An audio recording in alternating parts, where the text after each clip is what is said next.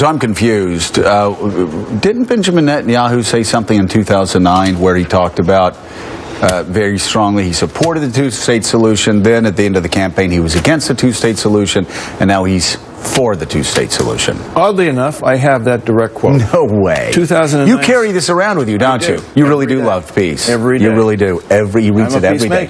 Yes, that's what they say. 2009, quote, "In my vision of peace in this small land of ours, two peoples live freely side by side in amity and mutual respect." That was Prime Minister Netanyahu in 2009. Yeah. In 2015, in the speech prior to the election, he said, "I think that anyone who is going to establish a Palestinian state today and evacuate lands is giving attack grounds to the radical Islam against the state of Israel." He was for it before he was against it, and against it before he was for it. Exactly. Michael Crowley, it makes perfect sense, doesn't it?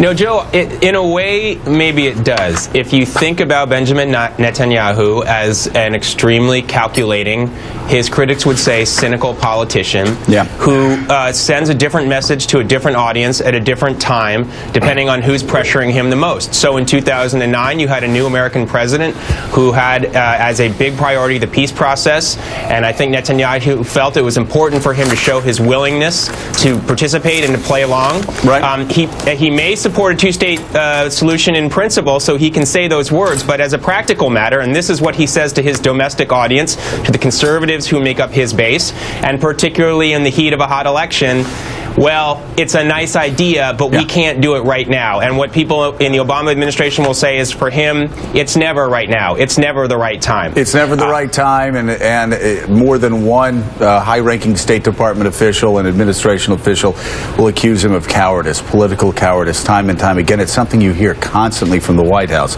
And the White House is also whacking Netanyahu for those comments that he made, really controversial comments he made about Israeli Arabs right as voters were heading to the polls. I think that it is certainly a pretty cynical tactic, and there's no doubt that it's divisive. And it is a pretty transparent attempt to marginalize Arab Israeli citizens and their right to participate in the election. See, I find this incredible. Okay, so I understand if I were in the White House, I'd be really angry. No doubt I'd be angry. I'd be angry about the speech. I'd be angry about Netanyahu not meeting with Democrats. I mean, you could... So I don't want anybody to misread me. The White House has all the reasons in the world to be angry at Benjamin Netanyahu's cynicism. I totally get it. But the election's over. This is the man you're going to be working with for 2 more years. If you want a peace deal, after he's elected, you can sit there and grit your teeth and let somebody ask you a question, then go, well, we'll just let the Israeli voters decide. And let them know off the record that you're pissed off. Let them know off the record that you will never forget and you'll never trust the man. I was really shocked they said that on the record. He's been elected. They want a peace deal.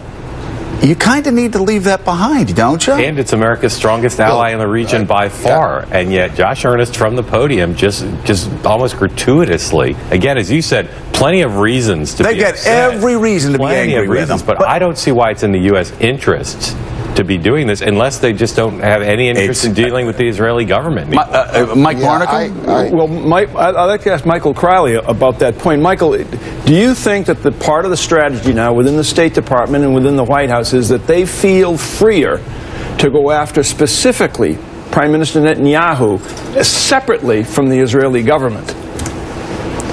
Yeah, I do, Mike. And, you know, I think that we can't underestimate the degree to which there's just a personal animus here and exasperation. I mean, I really think this is fueled by, you know, they've bitten their tongue, not always, but there have been times where they bit their tongue a little bit.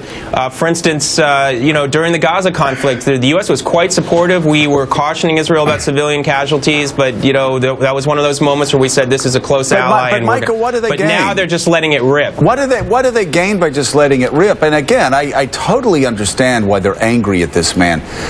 But he's also President of the United States. He's also an indispensable partner in Middle East peace. I mean, listen. And he's there for the and by the way, of the Obama administration. By the way, would you like to get some quotes from the Palestinians?